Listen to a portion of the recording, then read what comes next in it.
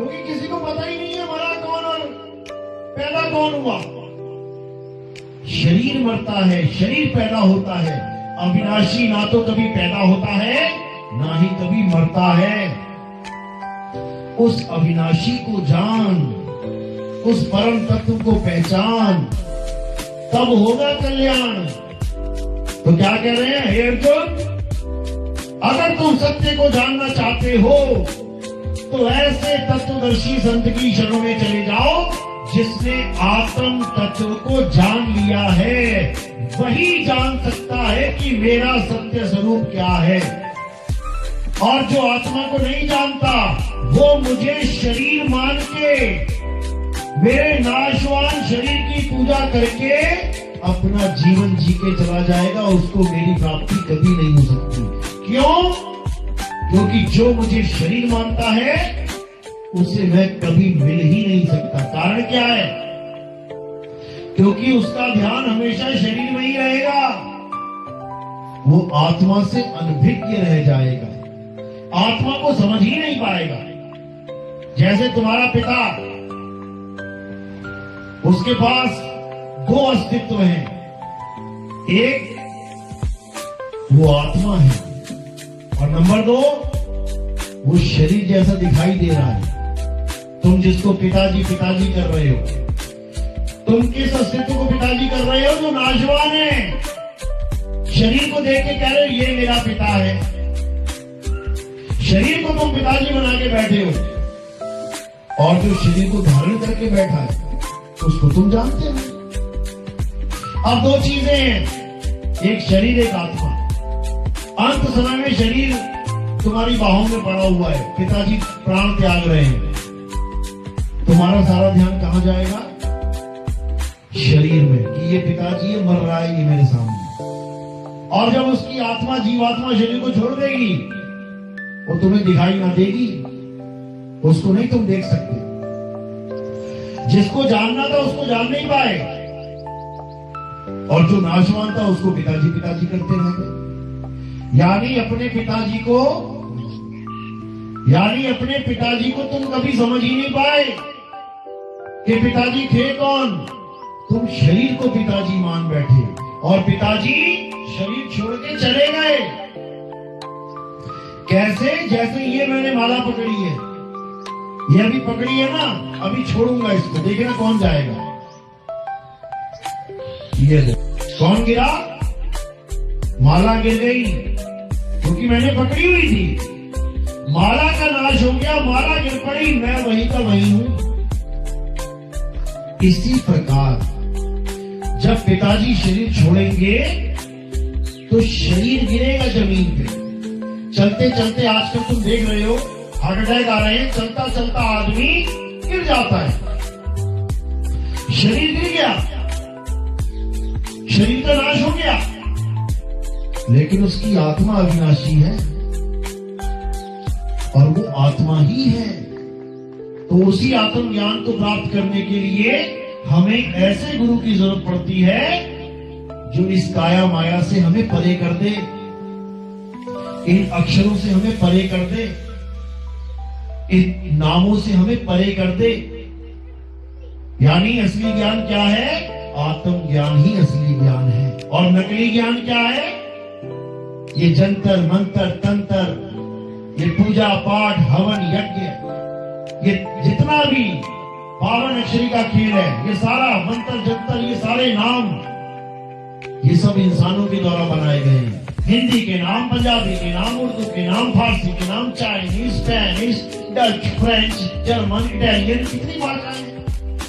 इंसानों ने भाषाएं बना बना के अक्षर बना के उसी के नाम बना लिए भगवानों के, उसी को जपता चला जा रहा है। अरे पानी पीना है तो पानी तत्व को जानना पड़ेगा।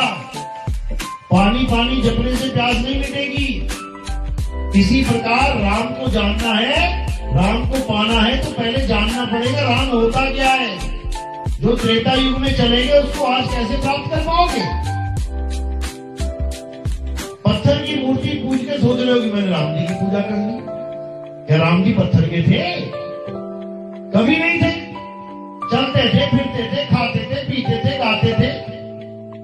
और ये वाले राम जो हमें बुझवा दिए वो खावे ना, पीवे ना, चले ना, बोले ना, डोले। ये कैसा राम है भाई?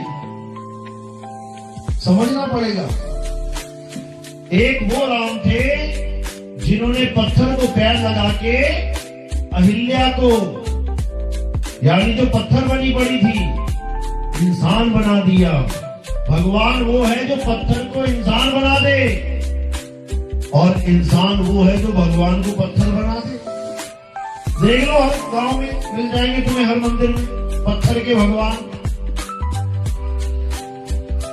पत्थर के भगवान की पूजा करोगे तो पत्थर का ही भगवान मिलेगा, और आत्मा रूपी भगवान की पूजा करोगे तो परमात्मा मिलेगा।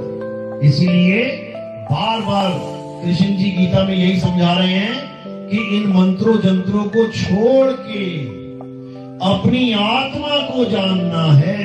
हे अर्जुन, जो अपनी आत्मा में रमण करते हैं, जो अपनी आत्मा में तृप्त हैं, जो अपनी आत्मा में संतुष्ट हैं, उनके लिए कोई धार्मिक कर्म कर्तव्य लागू ही नहीं होता। यही कबीर साहब समझा रहे हैं। जल में नींद प्यासी, मोहे देखत आवे हासी, आत्म ज्ञान बिना नर भटके, कभी काबा कभी काशी। यानी तुम्हें आत्मा का ज्ञान जब तक नहीं मिला तब तक तुम भटकती रहोगी। आत्मा का ज्ञान का मतलब ये नहीं है कि तुम्हें राम राम और श्याम श्याम और हनुमान हनुमान जपना पड़ेगा, तुम्हें किसी की पूजा करनी पड़ेगी, बिल्कुल नहीं। आत्मा का ज्ञान क्या है, आत्म ज्ञान क्या है, अच्छे से समझ लो। जहां पर भी आत्म वर्ण लग जाए, आत्म, वहां पर बात तुम्हारी चल रही है, किसी और की नहीं। जैसे तुम्हें कोई कहे कथा लिखो तो तुम किसी की भी कथा लिख दो, और जब तुम्हें कोई कहे कि आत्म कथा लिखो तो किसकी लिखोगे? खुद की। आत्म कथा यानी मेरी खुद की कथा।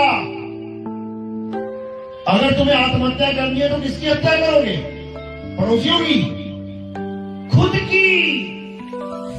क्योंकि आत्म शब्द जुड़ते ही सारा खेल तुम्हारे ऊपर आ जाएगा। अगर कोई कहता है उसने आत्महत्या कर ली, समझ जाओ कि उसने किसी और को नहीं मारा, खुद को मार दिया। इसी प्रकार अगर कोई आत्म रक्षा करता है, कोई बंदूक लेके घूम रहा है, उसको पूछा ये भैया बंदूक क्यों लेके घूम रहे हो? कहता अपनी आत्म रक्षा के लिए। इसका मतलब ये नहीं कि गांव की रक्षा करेगा वो, इसका मतलब है वो खुद की रक्षा करेगा, अपनी। इसी प्रकार आत्मनिर्भर का मतलब होता है जो खुद पे निर्भर हो जाए, लोगों पे नहीं। इसी प्रकार आत्म कल्याण यानी जो खुद का कल्याण करवाए, दूसरों का नहीं।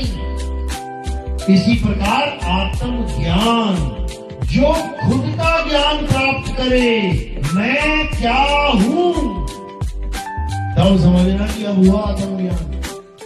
तो कबीर साहब यहां आत्मज्ञान समझाने आते हैं। आत्मज्ञान यानी हे जीव,